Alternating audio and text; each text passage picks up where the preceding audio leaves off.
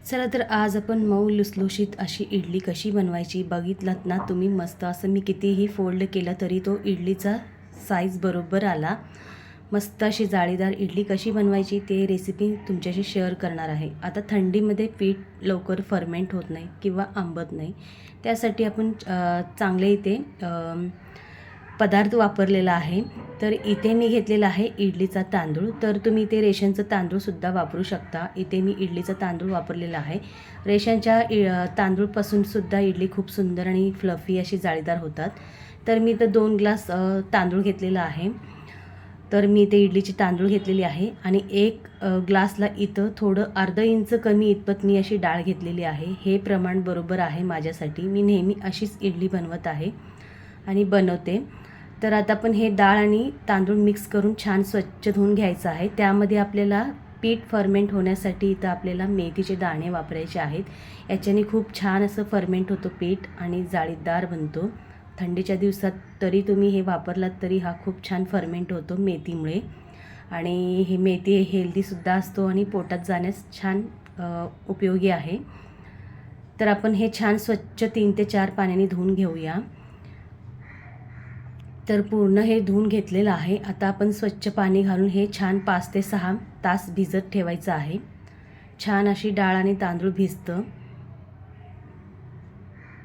तर आता आपण हे भिजून ठेवूया आणि 4 ते 5 तासानंतर आपण हे काढून घेऊया. तर इथे 5 तास झालेला आहे किंवा 6 तास जरी भिजवलं तरीही खूप छान भिजेल. तर मी इथे 5 तास भिजवलेलं आहे. आता आपण 5 तासानंतर आपण इथे हे छान असं भिजलेलं आहे डाळ आणि तांदूळ. तर आता आपण हे वाटून घेऊया. आता वाटून घेताना आपल्याला काय करायचं आहे, एक चाळणीसारखं आपल्याला कोणतंही भांडी घ्यायचं आहे. झारी घ्या किंवा तुम्ही चाळणी घेऊ शकता. तर आता आपण पाणी थोडंसंच घालायचं आहे. भरपूर पाणी घालून आपल्याला हे वाटून घ्यायचं नाही आहे.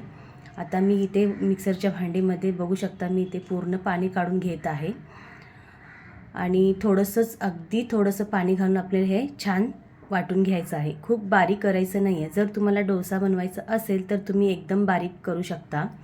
तर आता इथे इडली बनवायचं आहे, त्यामुळे आपल्याला असं रवा जसं बारीक असतो तसं आपल्याला इथे हे वाटून घ्यायचं आहे. बघू शकता तुम्ही इथे मी पाणी जास्त वापर केलेली नाही आहे आणि छान पीठ असं वाटून घेतलेलं आहे. तर आता आपण अशा पद्धतीने सगळंच वाटून घेऊया. आणि वाटून घेताना मी ते पीठ एका डब्यात काढत आहे, कारण पातेल्यामध्ये मी काढत नाही. डब्यात काढल्यामुळे काय होतं की डबा झाकण असतो, त्यामुळे छान व्यवस्थित त्यामुळे हवा बाहेर आत जात नाही पिठामध्ये आणि छान असं फर्मेंट होतो. तर आता हे लास्टमध्ये मी इथे करत आहे. 1 मूठभर मी इथे पोहे घेतलेला आहे. पोहेमुळे इडली छान फुलतातही आणि सॉफ्टही होतात आणि पांढरे शुभ्रसुद्धा होतात इडली. त्यामुळे मी इथे 1 मूठभर मी ते पोहे घेतलेलं आहे. छान त्यालासुद्धा भिजून घ्यायचं आहे आणि धुवून घ्यायचं आहे. ते सुद्धा मी लास्ट एंडिंगला करत आहे. तुम्ही बघू शकता पूर्ण मी पीठ वाटून घेतलेली आहे. त्याच्यानंतर मी इथे पोहे घेतलेलं आहे भिजून आणि त्यामध्ये थोडंसं पाणी घालून आपण हे वाटून घेऊया. तर एकदा तुम्ही पोहे असं मिक्स करून तुम्ही एकदा बनवून बघा. इडली खूप छान जाळीदार आणि सॉफ्ट आणि पांढरे असे होतात.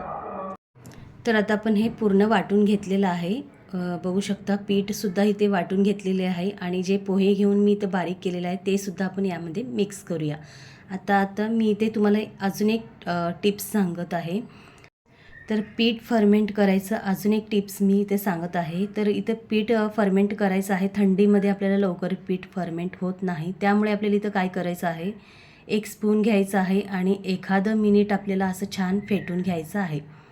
तर 1 मिनिट फेटून घेतल्यानंतर आपल्याला इथं परत मी इथं तवा ठेवलेला आहे. तर तुम्ही बघू शकता त्या तव्याला आपल्याला गरम करायचं आहे आणि पिठाचा जो आपण वाटून ठेवलेला आहे तो डबा आपल्याला यावरती ठेवायचा आहे आणि रात्रभर ठेवायचा आहे.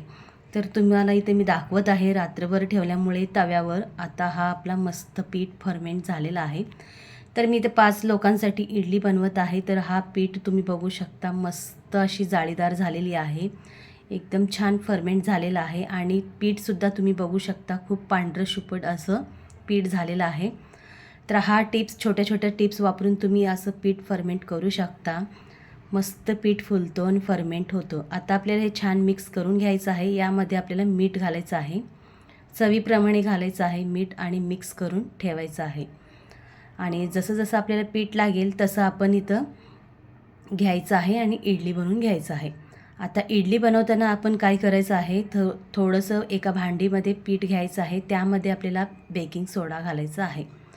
तर आत्ताच आपल्याला बेकिंग सोडा इथे पूर्ण घालून ठेवायचं नाही. जेव्हा जेव्हा तुम्ही पीठ काढाल बाजूला एका भांडीमध्ये काढायचं आहे आणि त्यामध्ये आपल्याला छान असं बेकिंग सोडा अर्धा टीस्पून घालायचं आहे आणि मिक्स करून छान इडली बनवून घ्यायचं आहे. तर आता मी या साच्याला भांडीला इथे मी तेल लावून घेतलेलं आहे. आता एखादा चम्मच आपल्याला इथे इडलीच्या भांडीमध्ये हा बॅटर घालायचा आहे. आता मी इथे इडली करतानाच हा बेकिंग सोडा वापरलेला आहे. आधीच आपल्याला घालून ठेवायचं नाही. जेव्हा तुम्ही बनवाल तेव्हाच आपल्याला बेकिंग सोडा वापरायचा आहे. तर आता मी या साच्यामध्ये घालत आहे. तर आता आपण पूर्ण घातलेलं आहे. 3 साचे आहेत आणि इथे इडलीच्या पात्रामध्ये मी पाणी गरम केलेलं आहे, त्यामध्ये लिंबू घातलेला आहे. आता आपण हे साच्यात ठेवून घेऊया.